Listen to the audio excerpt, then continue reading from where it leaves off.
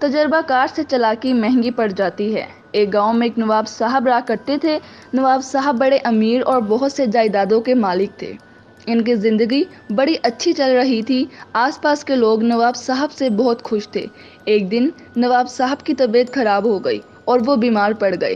نواب صاحب کی چوٹی پیشاب بند ہو گئی۔ قریب کے حکیموں نے سارے نسخے آزمائے لیکن نواب صاحب ٹھیک نہ ہوئے۔ نواب صاحب نے اپنے ملازم حکیم سے کہا کہ وہ قریب کے گاؤں میں منادی کروا دے کہ جو ہمیں اس بیماری سے نجات دلائے گا ہم اسے 100 شرفیاں انعام دیں گے۔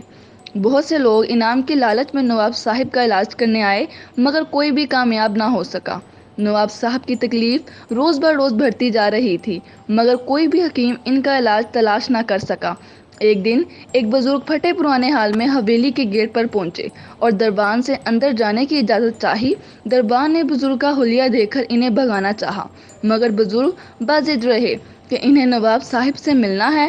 بمشکل تمام دربانوں نے ان بزرگ کو نواب صاحب کے پاس جانے کی اجازت دی۔ وہ بزرگ نواب صاحب کے پاس پہنچے اور علاج کی اجازت چاہی۔ نواب صاحب نے ان کا حلیہ دیکھ کر بے دلی سے اجازت دے دی اور بزرگ نے خربوزے منگوائے اور چھیل کر نواب صاحب کو کھلانا شروع کر دیے۔ ابھی نواب صاحب نے 2 ہی خربوزے کھائے ہوں گے کہ انہیں پیشاب کی حاجت ہوئی اور وہ جلدی سے استنجا کرنے کی جانب تشریف لے گئے اور جب ان کی واپسی ہوئی تو ان کے چہرے کا اطمینان بتا رہا تھا کہ وہ تکلیف سے نجات حاصل کر چکے ہیں۔ ان بزرگ نے نواب صاحب سے ان کا حال پوچھا اور تسلی ہونے پر اجازت چاہی اور اپنا انعام طلب کیا۔ نواب صاحب نے بخوشی 100 شرفیاں ان بزرگ کو دے دی۔ نواب صاحب کا ملازم حکیم یہ دیکھ رہا تھا اور سوچ رہا تھا اور کہ اگر یہ علاج اس کے دماغ میں آ جاتا تو شرفیاں بھی اسے مل چکی ہوتی۔ خیر بزرگ اپنا انعام لے کر اپنی راہ چل پڑے۔ جاتے جاتے دربان کو اپنا پتہ بتا گئے۔ نواب صاحب صحت مند ہو کے بہت خوش تھے اور انہوں نے ایک بہت بڑی دعوت کا انعقاد کیا جس میں ہر خاص ہر عام کو بلایا گیا۔ کچھ ماہ بعد نواب صاحب اسی تکلیف میں دوبارہ مبتلا ہو گئے۔ ہر طرح کے علاج کے باوجود بھی ان کی تکلیف دور نہ ہوئی تو انہوں نے دوبارہ منادی کی تجویز دی۔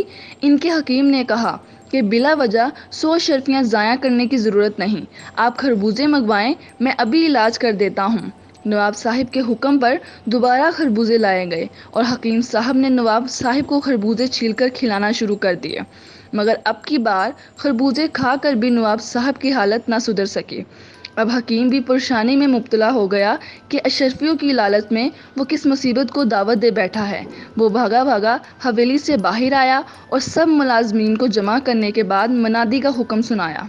دربان نے جب یہ سنا تو اس نے بتایا کہ وہ حکیم کا پتہ جانتا ہے۔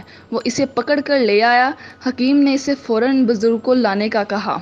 حکیم اور نواب دونوں بے چینی سے بزرگ کا انتظار کرنے لگے۔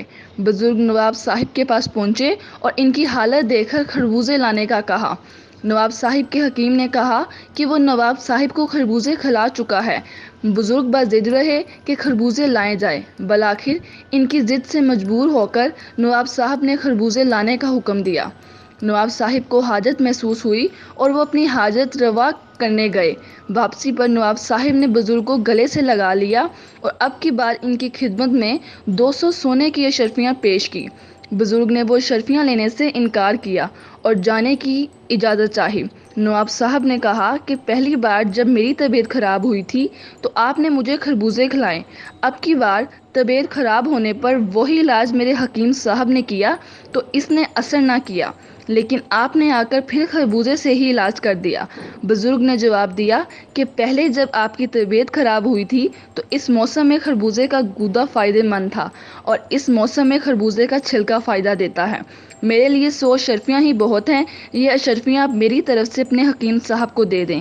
نواب صاحب کا حکیم بزرگ کی بات سن کر دل ہی دل میں بہت شرمندہ ہوا، بزرگ سے معافی کا طلبگار ہوا اور ان کی شاگردی کا اختیار کر لی۔